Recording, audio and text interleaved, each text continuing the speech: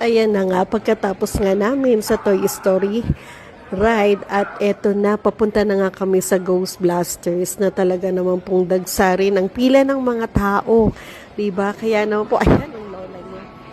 Proud pang pinakita ang kanyang ticket, diba? So, ayan, habang kami ay nag-aantay, diba? Syempre, picture-picture muna tayo, diba? And then, papakita ko naman sa inyo, ano ba yung mga features nitong Ghost Blasters na to na talaga naman po, wow.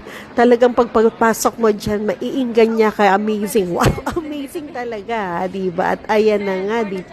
So, ayan, may nauna nang pumasok, diba? Kasi, sa isang ano nila yan, 2 tao lang ang kailangan, diba? So, pero sunod-sunod naman yan, diba? Kaya naman po, eto, nakapila na kami, diba? Nag-aantay na lang ng turn namin. At ayan na nga, yung mga medyo katakot-takot, diba?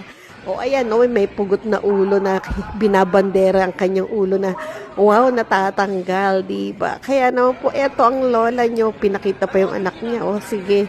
And then, syempre, pinag-uusapan namin, kaya ito ng apo ko, diba? At eto na, ni-scan na namin yung aming card dahil kami na yung susunod, diba? And then, syempre, si Jang muna pala at saka si Len ang nauna, kaya makikita nyo sila na nakaupo na, diba? At ayan, so ilang sandali na lang at papasok na nga sila rito, diba? And then, syempre, excited na rin kaming dalawa ni Rufa na pumasok dito sa Ghostbusters na yan, na talaga naman pong mag-e-enjoy. At ayan, nagpakuha pa kami, diba?